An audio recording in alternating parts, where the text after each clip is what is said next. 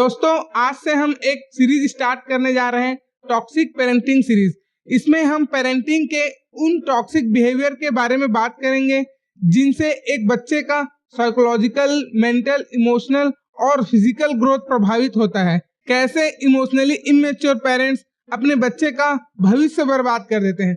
दोस्तों एक बच्चे का सबसे पहला रिश्ता उनके पेरेंट्स के साथ होता है। उनके पेरेंट्स के साथ उनका जो रिश्ता होता है वही रिश्ता उसके भविष्य में सारे रिश्तों की बुनियाद होता है। इसे हम साइकोलॉजी में अटैचमेंट स्टाइल कहते हैं। अटैचमेंट स्टाइल एक साइकोलॉजिकल पैटर्न है जिससे यह पता चलता है कि हम किसी रिश्ते में कैसे प्यार करते हैं, कैसे भरोसा करते हैं, कैसे उस रिश्ते में अपने आप को प्रेजेंट करते हैं और सामने वाले को समझते हैं। दोस्तों अटैचमेंट स्टाइल 4 तरीके के होते हैं: secure attachment style, anxious attachment, avoidant attachment और डिसऑर्गेनाइज्ड अटैचमेंट। दोस्तों सिक्योर अटैचमेंट स्टाइल में बच्चा बहुत ज्यादा सिक्योर फील करता है और अपने भावनाओं को, इमोशंस को अपने आप को एक्सप्रेस कर पाने में सक्षम होता है। और यही सिक्योर अटैचमेंट स्टाइल वाला बच्चा जब भविष्य में किसी रिश्ते में जाता है तो वो अपने आप को एक आत्मविश्वासी और स्थिर पार्टनर के रूप में प्रेजेंट करता है। दोस्तों अक्सर हम ये मान करके चलते हैं कि बड़े लोग अपने बच्चों से ज्यादा इमोशनली मैच्योर, इंटेलिजेंट और समझदार हैं, या हमें ये महसूस कराया जाता है कि वे ऐसा हैं, पर हकीकत में ऐसा होता नहीं है। आपके पास जीवन का कोई अनुभव नहीं होता और उनके पास ज्यादा अनुभव होता है, इसीलिए आपके पास उनके ऊपर भरोसा करने के अलावा कोई ऑप्शन नहीं होता। दोस्तों कुछ संवेदनशील बच्चे ऐसे होते हैं जो इस दुनिया में आने के कुछ ही सालों में अपने माँ बाप से ज्यादा इमोशनली मैच्योर हो जाते हैं और उनके सामने उसके माँ बाप बहुत ज्यादा इमोशनली इमेच्योर बिहेव करते हैं। दोस्तों जब बचपन में किसी बच्चे की इमोशनल नीड्स नहीं फुलफिल होती या इमोशनली इमेच्योर पेरेंट्स के बाद इतनी इमोशनल सेंसिटिविटी नहीं हो पाती कि वो बच्चे के इमोशनल नीड्स को समझ पाए, तब ऐसे में रिजल्ट होता है इमोशनल नेग्लेक्ट। दोस्तों ये इमोशनल नेग्लेक्ट जो है वो बच्चे के लिए एक फिजिकल पेन की तरह है। इसका जो साइकोलॉजिकल इम्पैक्ट है वो उतना ही गंभीर और एक वास्तविक समस्या है। बचपन के इमोशनल नेग्लेक्ट के कारण एक पेनफुल इमोशनल लोनलीनेस का जन्म होता है। यही इमोशनल लोनलीनेस उसके सारे रिश्तों में रिफ्लेक्ट होता है और ये उनके लाइफ पार्टनर के सिलेक्शन और मैरिज को भी प्रभावित करता है। दोस्तों एक emotionally immature parent real feeling से डरता है। उसे नहीं पता होता है कि किसी सिचुएशंस को कैसे हैंडल किया जाता है। दोस्तों इमोशनली इमेच्योर पेरेंट्स सच्चे फीलिंग से डरते हैं और इमोशनल इंटीमेसी से दूर भागते हैं। वे वास्तविकता का सामना करने के बजाय ऐसे तरीके का उपयोग करते हैं कि कैसे इन सारे सिचुएशन से बचा जाए। वे रियलिटी को डिफ्लेक्ट कर देते हैं, कन्वर्सेशन को मोड़ देते हैं और वो कभी सेल्फ रिफ्लेक्ट नहीं करते। दोस्तों उनके डिक्शनरी में कभी भी सॉरी जैसा वर्ड नहीं होता। दोस्तों एक इमोशनली इमेच्योर पेरेंट्स कभी ये नहीं मानता कि उससे कभी कोई गलती हो सकती है, वो ये मानता है कि उससे कभी कोई गलती नहीं हुई। और जब भी आप किसी चीज को पॉइंट आउट करेंगे कि ये आपने गलत किया तो वो उस चीज को डिफ्लेक्ट कर देंगे या इसका कारण वो कहीं और ढूंढेंगे या किसी को स्केपगोट बनाएंगे। इस तरीके से एक emotionally immature parent real feeling से, रियल भावना से और इमोशनल इंटीमेसी से डरता है। और जब उनके इमोशनल नीड्स की बारी आती है तो वो अपने बच्चों के इमोशनल नीड्स की परवाह नहीं करते हैं। बच्चों की जो इमोशनल नीड्स है वो उनके पेरेंट्स के डिफेंसिव टेंडेंसी के सामने हार जाते हैं। दोस्तों एक बार जब आप इमोशनल इमेच्योरिटी को समझ जाते हैं तब आप रिश्तों में रियलिस्टिक एक्सपेक्टेशन रखते हैं।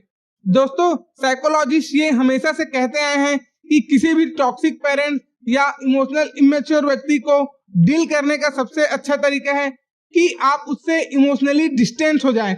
जितना आप उससे इमोशनली अनइन्वॉल्व रहेंगे उतना आपके लिए बेहतर है, वरना वो लगातार आपको अपने एंडलेस ड्रामा में शक करते रहेंगे जिसमें गिल्ट, शेम, मैनिपुलेशन, गैसलाइटिंग जैसे टेक्निक का वो आप पर यूज करेंगे और आपको कंप्लीटली इमोशनली ड्रेन कर देंगे। दोस्तों इमोशनल लोनलीनेस आपको तब फील होता है जब आप इमोशनल कनेक्शन को फील नहीं करते हैं। दोस्तों इमोशनल इमेच्योर पेरेंट्स बचपन में बच्चों की इमोशनल नीड्स की परवाह नहीं करता है। इमोशनल इमेच्योर पेरेंट्स दिखने में तो बहुत सामान्य लगते हैं, वो आपके लिए सारे फिजिकल नीड्स को पूरा करेंगे।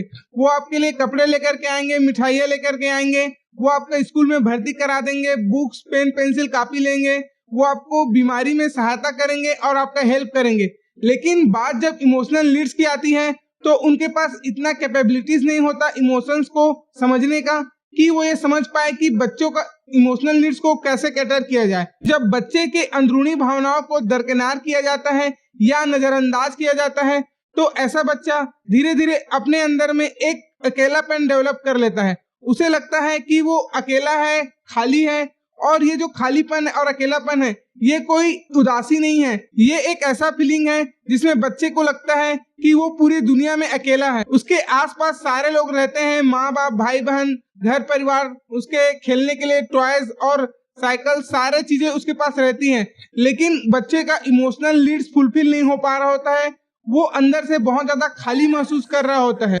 बच्चे बचपन में अपने इन आंतरिक जरूरतों को नहीं समझ पाते हैं और वो ये भी नहीं समझ पाते हैं कि उनके जो पेरेंट्स हैं वो इमोशनली इमेच्योर हैं। जब उनके इमोशनली इमेच्योर पेरेंट्स उनके आंतरिक भावनाओं को दरकिनार करते हैं तो वो काफी असहज महसूस करते हैं और उसे वे अपने फेट के रूप में स्वीकार कर लेते हैं और वो इस पर कभी बात नहीं करते और उनको धीरे धीरे ये लगने लगता है कि उनके अंदर की ये जो भावना है ये उनकी खुद की अपनी व्यक्तिगत भावना है और जब इसे वो किसी को शेयर करेंगे तो ये उसके ऊपर बर्डन की तरह है। मतलब धीरे धीरे बच्चा अपने आप को एक बर्डन की तरीके से फील करना शुरू कर देता है। दोस्तों, साइकोलॉजी कहती है कि feeling of being a burden on other is result of complex childhood trauma. तो ये चाइल्डहुड ट्रॉमा है, वो इमोशनली इमेच्योर पेरेंट्स इस तरीके से अपने बच्चे के अंदर इन्फ्यूज करते हैं। दोस्तों, जब माता पिता डीप और सिंसियर भावनाओं से बचते रहते हैं तो बच्चा भी अपनी इन जरूरतों को छिपाने लगता है और बच्चा खुद को दोषी मानने लगता है। यही बच्चा जब बड़ा होकर के एडल्ट लाइफ में प्रवेश करता है तो उसकी जिंदगी ऊपर से तो बहुत अच्छी दिखती है, उसके पास अच्छा जॉब हो, अच्छा कैरियर हो, उसके अच्छे रोमांटिक रिलेशन हो, लेकिन जहाँ कहीं भी वो जाता है अपने आप को खाली और इमोशनली वेकेंट पाता है। इसलिए क्योंकि बचपन में उसे कभी सिक्योर नहीं फील कराया गया, वो हमेशा से अकेले था। ऐसे बच्चों के मन में ये भावना घर कर जाती है कि वो बहुत अकेले हैं और ऐसे बच्चे जब बड़े होते हैं तो ऐसे रिश्ते में फंस जाते हैं जहां वो अपने आप को सेम इमोशनली ड्रेनिंग और लोनलीनेस वाले रिश्तों में पाते हैं। दोस्तों, अब हम देखते हैं कि इमोशनल इंटीमेसी क्या है। दोस्तों, इमोशनल इंटीमेसी वह स्थिति है जिसमें आप किसी व्यक्ति से इस तरीके से जुड़ते हैं कि आप अपने मन का हर भावना, हर बात, इमोशनल इंटीमेसी में सिर्फ बात करना ही शामिल नहीं है बल्कि साथ में खाना पीना, बैठना और उसके साथ खेलना, ये सब भी शामिल है। जब आप बच्चे को विदाउट जजमेंट जैसे वे हैं वैसे आप उन्हें एक्सेप्ट कर लेते हैं तो बच्चा सेफ और सिक्योर फील करता है। लेकिन वहीं जब आप बच्चे को लगातार कंपैरिजन के साइकिल में झोंक देते हैं और उसे लगातार कंपेयर करते हैं और उन्हें किसी तरीके का दबाव डालते हैं या उन्हें आप किसी खास तरीके का रोल प्ले करने के लिए कहते हैं, अच्छे एकेडमिक परफॉर्मेंस के लिए प्रेशराइज करते हैं, तो ऐसे में बच्चा बहुत ज्यादा इमोशनली स्ट्रेस फील करता है और जब स्ट्रेस को रिलीज करने के लिए उसे कोई सहारा नहीं मिलता तो वो खुद ही अपना सहारा बनने का कोशिश करता है और अपने आप को धीरे धीरे अपने आसपास के लोगों से काट लेता है। और दोस्तों, जब यही बच्चा बाद में बड़ा हो जाता है तो उसके आसपास के लोग यह कहते हुए पाए जाते हैं कि पता नहीं यार उसको क्या हो गया, आजकल वो बहुत बदल गए हैं, अकेले अकेले रहता है। दोस्तों, इसकी जो बीज है उसे बचपन में पड़ी हुई है। उस बच्चे ने बचपन से ये सीख लिया है कि उसकी इमोशनल नीड्स उसकी स्वयं की हैं और दूसरे को ऊपर ये एक्सपेक्ट करना कि वो उसकी इमोशन को समझे, वो एक बर्डन का है। जब भी बच्चा अपने आप को इमोशनली एक्सप्रेस करने के लिए जाएगा तो उसके इमोशनली इमेच्योर पेरेंट्स उसको झिड़क देंगे, डांट देंगे, बजाय कि उसको बैठा करके प्यार से समझाएं और उसको पूरी तरीके से एक ऐसा इन्वायरमेंट क्रिएट करें कि वो फ्रीली अपने आप को एक्सप्रेस कर पाए। दोस्तों, इंडिया में ऐसे फैमिली बहुत आम है जहां लोग एक साथ तो रहते हैं लेकिन उनकी दुनिया एक दूसरे के पैरेलली चलती रहती है, समानांतर चलती रहती है। वे एक दूसरे से कभी इंटरसेक्ट नहीं करते।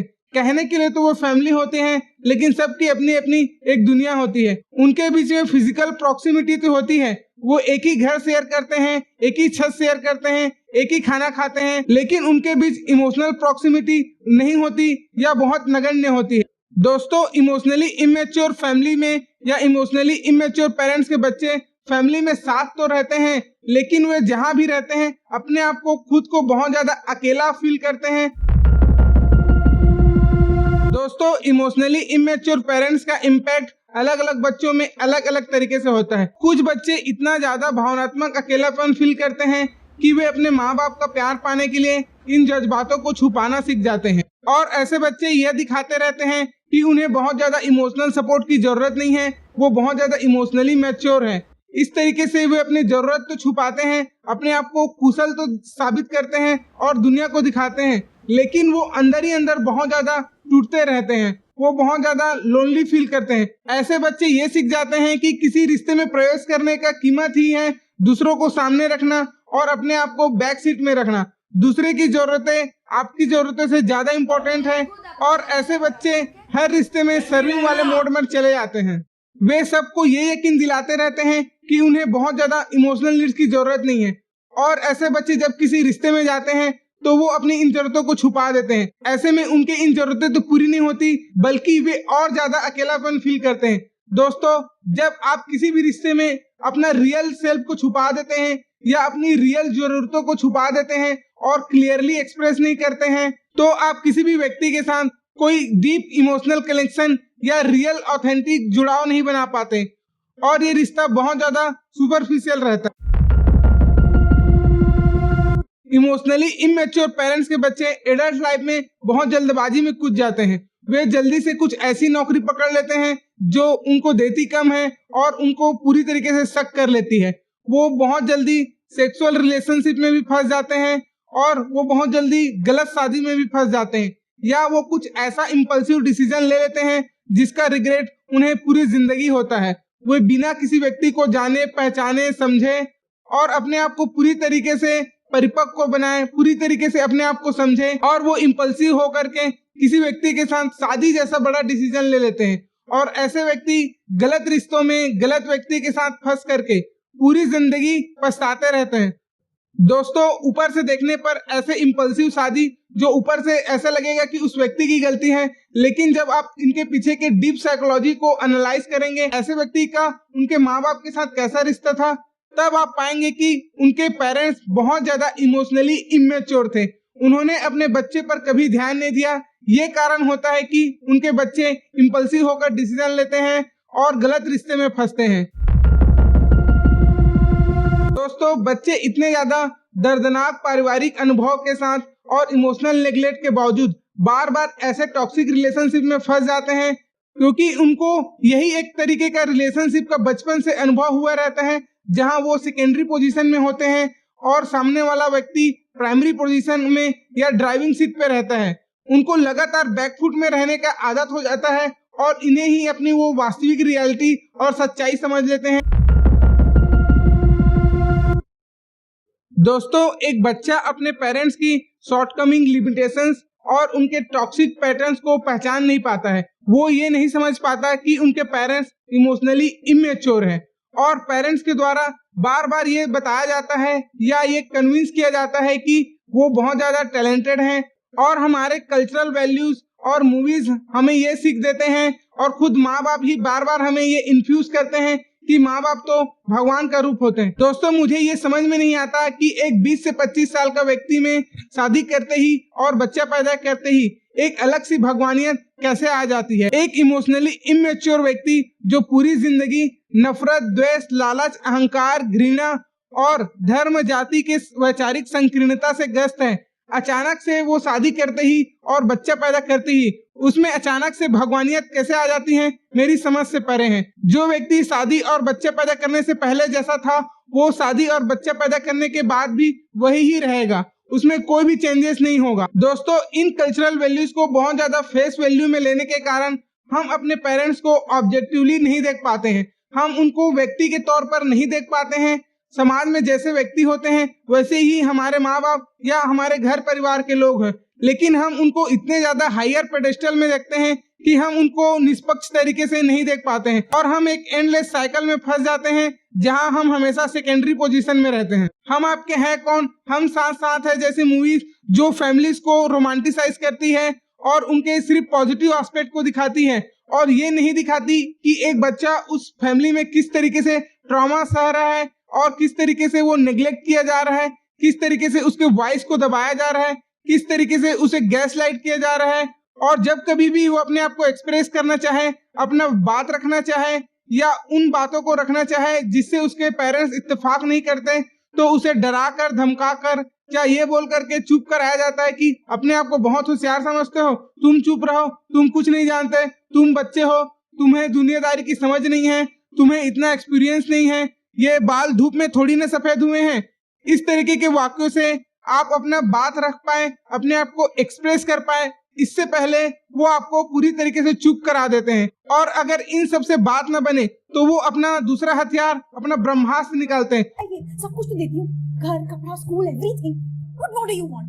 हां, इंपॉर्टेंट मीटिंग चल रही है। ऐसे बच्चों के गिल्ट फील करने का एक बड़ा कारण है कि नार्सिसिस्टिक, मैनिपुलेटिव, गैस लाइटिंग और इमोशनली इमेच्योर पेरेंट्स के द्वारा उन्हें बार बार ये बोला जाना और ये ट्रॉमा दिया जाना कि मैं तुम्हारे लिए क्या कमी कर रहा हूँ, सब तो कर रहा हूँ, ये लेकर के दे दिया, वो लेकर के दे दिया, पढ़ा रहा हूँ, लिखा रहा हूँ, उसके बाद भी तुम ये बोल रहे हो, ये डिमांड रख रहे हो कि तुम्हारे इमोशनल नीड्स को पूरा किया जाए, तुम्हारी बीमारी में तुम्हारा इलाज किया। याद है जब तुम बीमार थे तो तुम्हें गाड़ी में बिठा बिठा कर डॉक्टर के पास लेकर के जाते थे, तुम एक एक महीने तक बीमार थे तो तुम्हें एक्सरे कराने के लिए लेकर के गए, यहाँ लेकर के गए, वहां लेकर के गए।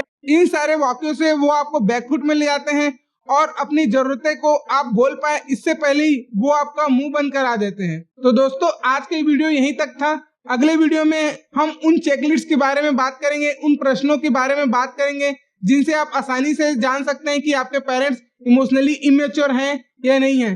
दोस्तों वीडियो को लाइक करें, शेयर करें और आपके पेरेंट्स के साथ आपके रिश्ते किस तरीके से हैं अपनी राय कमेंट बॉक्स में जरूर लिखें। तब तक